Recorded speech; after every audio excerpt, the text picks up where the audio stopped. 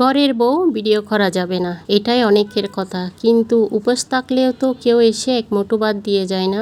সংসারের প্রয়োজনে যখন নিজের চেষ্টায় কিছু করতে চাই, তখনই শুরু হয় আশেপাশে মানুষের কানাকানি। মানুষের কথা কখনো শেষ হবে না। আপনি কিছু না করলেও কথা বলবে, আবার ভালো কিছু করতে গেলেও কথা শোনাবে। তাই অন্যের কথায় থেমে না থেকে নিজের পরিবার, নিজের স্বপ্ন আর নিজের সম্মানের জন্য কাজ করে যান। আজ যারা সমালোচনা করছে, একদিন তারাই হয়তো আপনার সাফল্যের গল্প বলবে। তাই কানাকানিকে গুরুত্ব না দিয়ে নিজের লক্ষ্য ঠিক রাখুন, পরিশ্রম করুন, ধৈর্য ধরুন আর আল্লাহর উপর ভরসা রাখুন। তাহলেই মিলতে পারে আপনার সফলতা। আসসালামু আলাইকুম, কেমন আছেন সবাই? আশা করছি সবাই অনেক ভালো আছেন। আলহামদুলিল্লাহ, আমরা অনেক ভালো আছি। আজ আর একটা ভিডিও নিয়ে আপনাদের মাঝে হাজির হয়েছি। আশা করছি আমার ভিডিওগুলো আপনাদের কাছে ভালো লাগবে। যদি ভালো লেগে থাকে একটা লাইক দিয়ে আমার ভিডিওটা দেখে নেবেন। যদি ভিডিওর কোনো অংশ ভালো লেগে যায় তাহলে সাবস্ক্রাইব করে পাশে থাকতে পারেন। আর যারা সাবস্ক্রাইব করে নিয়েছেন তাদেরকে অসংখ্য অসংখ্য ধন্যবাদ।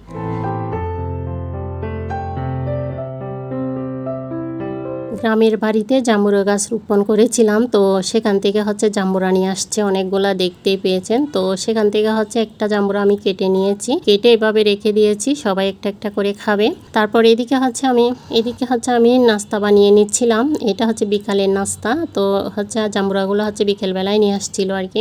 তো এখানে আমি পাটিসাপটা পিঠা বানিয়ে নিচ্ছিলাম। পাশে পানি সিদ্ধ করতে দিয়েছি। আর আমাদের অনেক বেশি পানি সিদ্ধ করতে হয়। আগে ফিল্টার ছিল, এখন ফিল্টারে পানি খাই না। আজকে 2-1 বছর ধরে শুধু সিদ্ধ পানি খাই। তো অনেক বেশি করে পানি সিদ্ধ করতে হয়, মানে একদিন পর পর করলে হয় আর কি, একদিন পর পর করলেই চলে যায়। আর এদিকে আমি পাটিসাপটা বানিয়ে ওদের বাবাকে আগে দিয়ে দিলাম। তো উনি খেয়ে আবার বের হয়ে যাবে, তো সেজন্য ওনাকে দিয়ে দিয়েছি। তারপর আমরাও খেয়ে নিয়েছিলাম, বাচ্চারা উঠেছে তাদেরকেও খেতে দিয়েছি, তারাও খেয়ে নিয়েছে।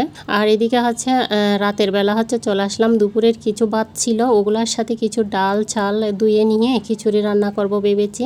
তো রাতের বেলা তেমন আর কিছু নেই, ভাবলাম কয়েকটা ডিম পোস্ট করে দিব আর খিচুড়ি রান্না করে দিব, তো তাতেই হয়ে যাবে। তো দুপুরের বেঁচে যাওয়া ভাতগুলো ধুয়ে নিয়েছি।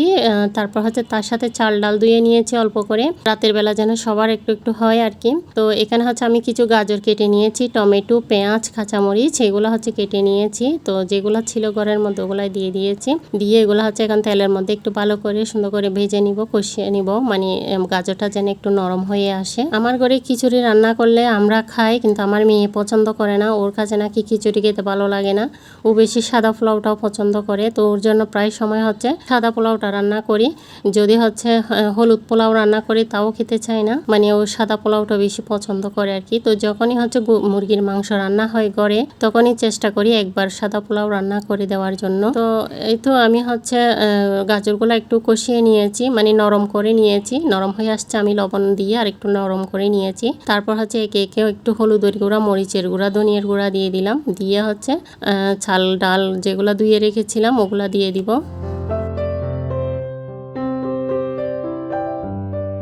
যেহেতু গাজর দিয়েছি, টমেটো দিয়েছি আর কাঁচামরিচও দিয়েছি, মনে হচ্ছে যেন এটা খিচুড়ি না, আমি এটা ফ্রাইড রাইস রান্না করতেছি, ওই রকমই মনে হচ্ছিল আর কি। তো এখানে আমি চাল ডালগুলা দিয়ে দিলাম, ভাতগুলো দিয়ে দিলাম, দিয়ে একসাথে এখন অনেকক্ষণ ধরে এগুলা কষাতে হবে, মানে এগুলো নেড়ে ছেড়ে ভেজে নিতে হবে, যেন ভাতটা তেলের মধ্যে একটু ভাজা ভাজা হয়ে যায়। কারণ ভাত যদি একটু ভাজা ভাজা না হয় তেলের মধ্যে, তাহলে দেখা যাবে খিচুড়িটা নরমও হতে পারে, যেহেতু এগুলা রান্না করা ভাত। তো সেজন্য আমি একটু সময় নিয়ে এগুলা নেড়ে ছেড়ে ভেজে নিব। তো এভাবে ভেজে নিলে একেবারে ভাতটা জর্জরা হয়ে যাবে, ডালটাও জর্জরা হবে, মানে একদম লেগে যাবে না আর কি।